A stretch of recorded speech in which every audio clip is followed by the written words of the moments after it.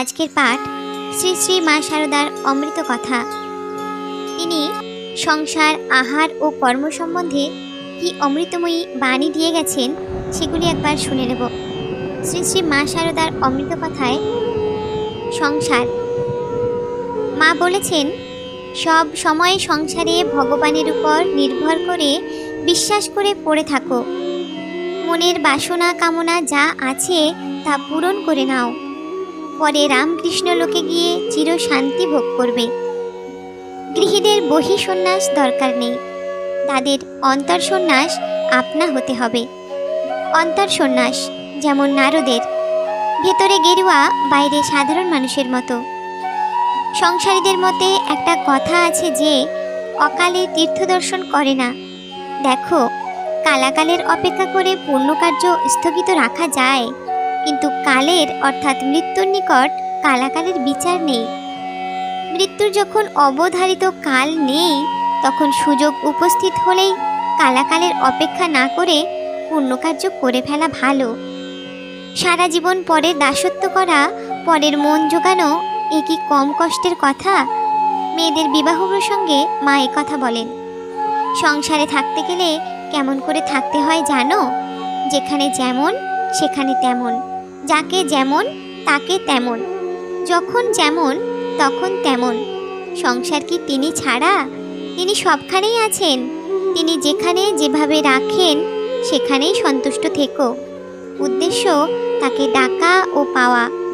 তাকে ডাকলে তিনি তোমার হাত ধরে চালিয়ে নেবেন। তাতে নির্ভর করতে পারলে আর তোমার কোনো ভয় নেই। খাটতে হয়, না খাটলে কি কিছু হয়?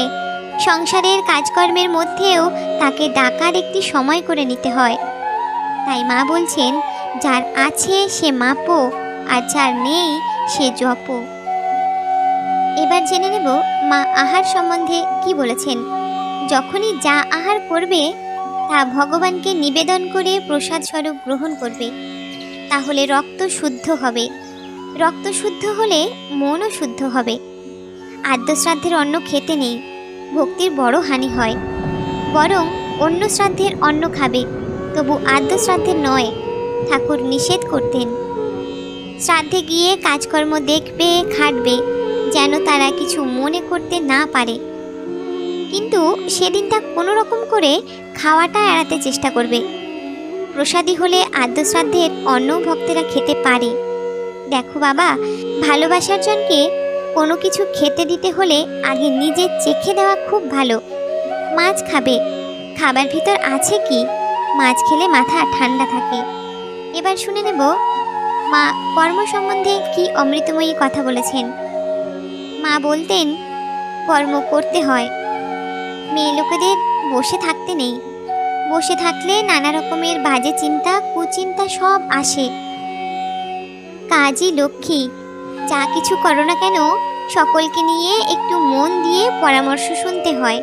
একটু আলগা দিয়ে সব দিক দূরে দূরে লক্ষ্য করতে হয়, যাতে বেশি কিছু খারাপ না হয়। সব লোককে কিছু কিছু অধিকার দিয়ে নিজেকে একটু নিচু হয়ে চলতে হয়। কাজ আর কার? কাজ এ তারই, সর্বদা কাজ করতে হয়। কাজে দেহ মন ভালো থাকে। কাজ করা চাই বই কি।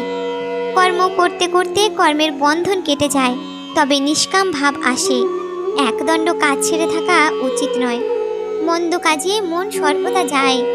ভালো কাজ করতে চাইলে মন তার দিকে এগোতে চায় না।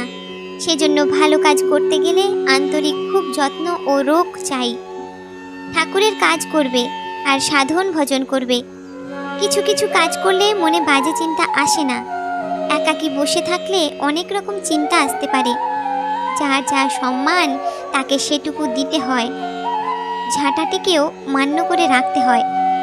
ছুঁড়ে রাখতে যতক্ষণ, আবার আস্তে ধীর হয়ে রাখতেও ততক্ষণ।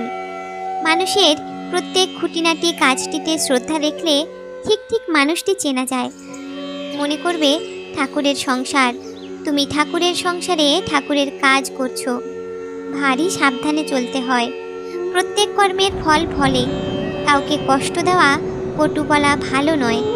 এই বলতে বলতে মা আবার বলতে শুরু করলেন, জানবে এই তিনটির সম্বন্ধে খুব সাবধানে চলতে হয়। প্রথম, নদীর তীরে বাসস্থান। কোনো সময় নদী হুশ করে এসে বাসস্থান ভেঙে নিয়ে চলে যাবে। দ্বিতীয়, সাপ।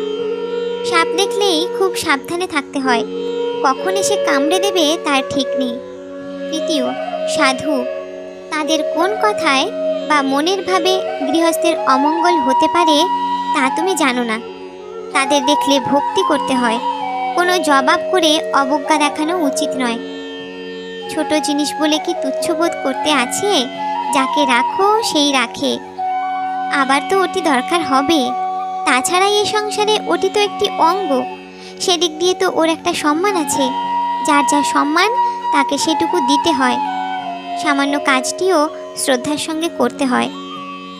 শ্রীমায়ের আশ্রিতা সরলা দেবী ধাত্রীবিদ্যা ও সাধারণ শুশ্রূষা কার্যে শিক্ষালাভ করতে চাইলে গোলাপ মা বিরক্ত হয়ে মন্তব্য করেন, বামুনের মেয়ে হাসপাতালে 36 জাতের সেবা করবে?